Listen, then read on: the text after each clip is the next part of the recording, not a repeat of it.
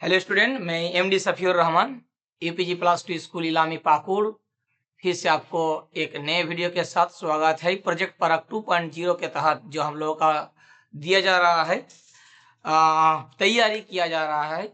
और फिर हम लोग आने वाले एग्जाम के लिए जो इम्पोर्टेंट जो क्वेश्चन है उस पर चर्चा कर रहे हैं। तो उसी का आगे बढ़ाते हुए आज के इस वीडियो में हम लोग जानेंगे प्रोजेक्ट परख 2.0 वाला में फिजिक्स से लिया गया ये एक इम्पॉर्टेंट क्वेश्चन, जिसमें क्वेश्चन इस प्रकार है कि जैसा प्रश्न है कि सूर्योदय और सूर्यास्त के समय जो सूर्य है वो रक्तब लाल कलर का क्यों हो जाता है। रक्त का कलर क्या होता है? रक्त का कलर होता है रेड। तो लाल रंग का प्रतीत क्यों होता है, नारंगी जैसा क्यों प्रतीत होता है जब सूर्य डूबता है या फिर सूर्य जो है उगता है उस समय? तो क्वेश्चन का आंसर आपको इस प्रकार लिखना है। पहले पढ़ते हैं, इसके बाद समझते हैं कि सूर्योदय एवं सूर्यास्त के समय जो है सूर्य जो क्षितिज पर होता है। क्षितिज पर मतलब एकदम कहा जाता है कि जो हमारे सर के ऊपर नहीं, एकदम आंखों के सामने क्षितिज पर होता है। और उस समय क्या होता है कि सूर्य से जो आने वाले प्रकाश है वो हमारे नेत्रों तक तो पहुंचता है, लेकिन पहुंचने से पहले पृथ्वी के वायुमंडल में वायु की मोटी परत से होकर गुजरता है। हम लोग जानते हैं कि पृथ्वी के चारों हमारे पर्यावरण में एक वायुमंडल होता है, विभिन्न प्रकार का गैसों का मिश्रण होता है। उससे होकर जब प्रकाश गुजरता है तो क्या होता है, जिसमें कम तरंग दैर्घ्य वाला जो प्रकाश का किरण है जैसे नीला, बैंगनी। तो हम लोग जानते हैं कि श्वेत प्रकाश जिसे कहते हैं, सूर्य का प्रकाश जिसे श्वेत प्रकाश कहते हैं, वो 7 रंगों का मिश्रण है, जिसे हम शॉर्टकट में विबग्योर के नाम से जानते हैं। क्या? विबग्योर मतलब violet, indigo, blue, green, yellow और ऑरेंज और फिर रेड। तो हम लोग जानते हैं कि जो बैंगनी होता है, वायलेट होता है, इसका तरंग दैर्घ्य जो होता है ये बहुत ही कम होता है, इसका विचलन जो होता है वो बहुत ज्यादा होता है। अब ये रेड जो है इसका तरंग दैर्घ्य जो होता है बहुत लंबा होता है, वो आगे लिखा गया है। तो नीला और बैंगनी जिसका तरंग दैर्घ्य जो होता है उसका वायुमंडल में उपस्थित धूल कणों के कारण उसका प्रकीर्णन हो जाता है, वो विचलित हो जाता है, इधर उधर भाग जाता है, जिस कारण वो हमारे आंखों तक पहुंच ही नहीं पाता है।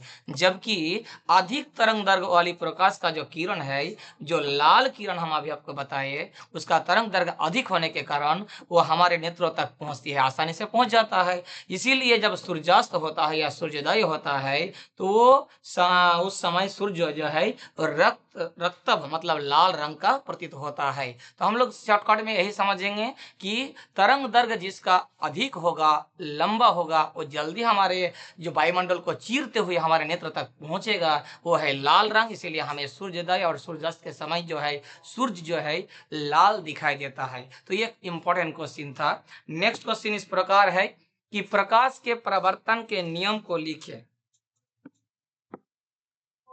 अब नेक्स्ट क्वेश्चन में आते हैं। क्वेश्चन इस प्रकार है कि प्रकाश के परावर्तन के नियम को लिखिए। हम लोग जानते हैं कि प्रकाश का परावर्तन का 2 नियम होता है।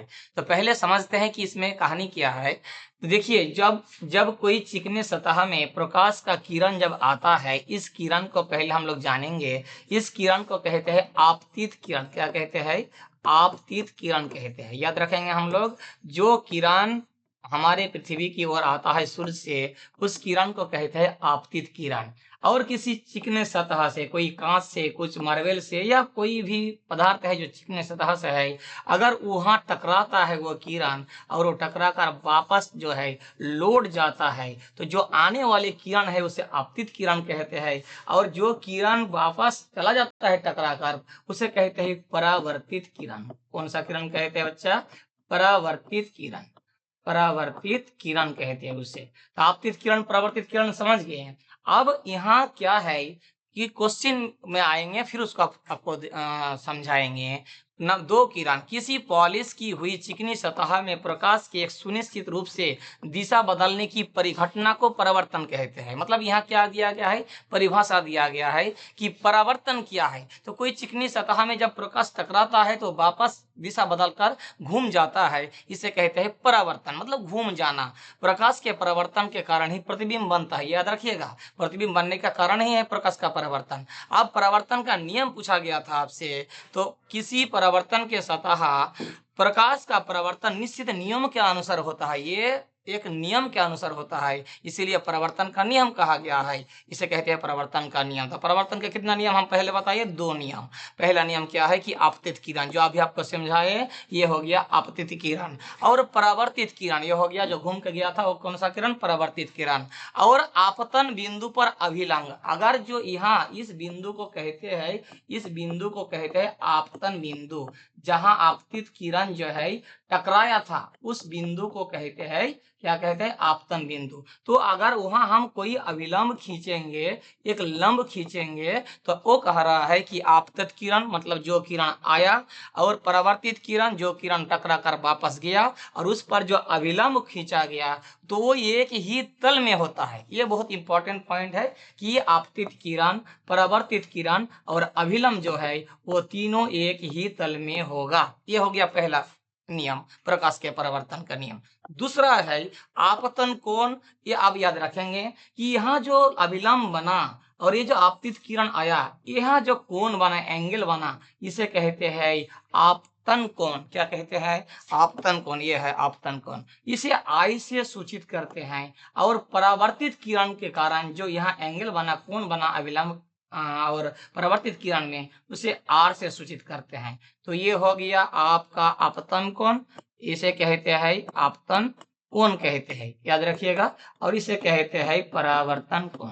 परावर्तन कोण कहते हैं, याद रखिए सिर्फ। और लिखा है यहाँ, अगर वहां समझ में नहीं आता है तो यहाँ देख लीजिएगा। तो आपतन कोण जो है वो सदैव, सदैव मतलब हमेशा, परावर्तन कोण मतलब आर के बराबर होता है। मतलब क्या लिख सकते हैं? आई समान क्या होता है? मतलब आर होता है। अगर आपतन कोण का मान अगर 60 डिग्री है, तो परावर्तन कोण का मान भी क्या होगा? 60 डिग्री होगा। यही कह रहा है। तो ये हो गया 2 नियम। परावर्तन के ये नियम सभी पॉलिश की हुई चिकनी पृष्ठ पर लागू होता है। मतलब ये खुरदरा नहीं होना चाहिए, चिकना समतल होना चाहिए। वो ये पृष्ठ समतल या विपरीत दोनों हो सकते हैं, तो उसमें परिवर्तन, ये परावर्तन का नियम जो है लागू होता है। कि परावर्तन का नियम इस प्रकार 2 नियम को हम लोग आज जान गए। तो ये हो गया दूसरा इंपॉर्टेंट क्वेश्चन। अब हम लोग तीसरा पर जाएंगे। क्वेश्चन इस प्रकार है। अब आते हैं क्वेश्चन नंबर 3, मतलब ये इस सेट का तीसरा क्वेश्चन है और बहुत ही ज्यादा इंपॉर्टेंट क्वेश्चन है। निकट दृष्टि दोष तथा दूर दृष्टि दोष में आप क्या समझते हैं? देखिए, दृष्टि दोष, दृष्टि दोष का मतलब क्या होता है?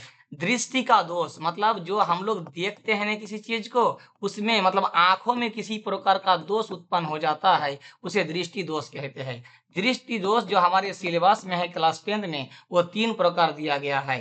एक हो गया निकट दृष्टि दोष, एक हो गया दूर दृष्टि दोष, और एक हो गया जरा दृष्टि दोष। तो हम लोग पहले समझते हैं निकट दृष्टि दोष और दूर दृष्टि दोष क्या होता है, क्योंकि 2 क्वेश्चन पूछा गया है इसमें। तो याद रखेंगे नंबर 1 निकट दृष्टि दोष क्या है। पहले एक स्पेशल एकदम प्यारा सा परिभाषा लिखेंगे कि वो दृष्टि दोष जिसके कारण कोई व्यक्ति निकट की वस्तुओं को स्पष्ट रूप से देख सकता है। ये बहुत ही ज्यादा मतलब ध्यान देने वाली बात है कि नाम है निकट दृष्टि दोष, और निकट के वस्तुओं को स्पष्ट रूप से देख सकता है, परंतु दूर की स्थित वस्तुओं को स्पष्ट रूप से नहीं देख सकता, उसे निकट दृष्टि दोष कहलाता है। तो ध्यान क्या देना है कि अगर कोई व्यक्ति जो है निकट के वस्तु को स्पष्ट रूप से देख पाता है, निकट के वस्तु को स्पष्ट रूप से देख पाता है और दूर की वस्तु को स्पष्ट नहीं देख पाता है, तो उसे कहते हैं निकट दृष्टि दोष। और दूर दृष्टि दोष में क्या है कि वह दृष्टि दोष जिसके कारण कोई व्यक्ति दूर की वस्तु को स्पष्ट रूप से देख सकता है, दूर मतलब दूर की वस्तु को देख सकता है, परंतु जो है वो निकट रखी वस्तु को स्पष्ट रूप से नहीं देख सकता, उसे दृष्टि दोष कहलाता है। अब ये तो हम लोगों का हो गया परिभाषा, लेकिन ये इतना लिखने से हो जाएगा, लेकिन अगर आपका यही क्वेश्चन अगर 3 मार्क्स का आता है तो कुछ चीज और जोड़ना है। जैसे आपको लिखना है कि निकट दृष्टि दोष के लिए अगर इसको सुधार करना है, निराकरण करना है, संशोधन करना है, तो इसके लिए आपको अवतल लेंस की आवश्यकता है। जो चश्मा यूज होगा उस चश्मा में अवतल लेंस का यूज होगा, जबकि दूर दृष्टि दोष में याद रखेंगे कि इसे उत्तल लेंस की आवश्यकता होती है, उत्तल लेंस की आवश्यकता होती है। अगर निकट दृष्टि दोष और दूर दृष्टि दोष में अगर अंतर पूछा जाए तो आपको लिखना है कि निकट दृष्टि दोष में निकट के वस्तु को स्पष्ट रूप से देखा जा सकता है,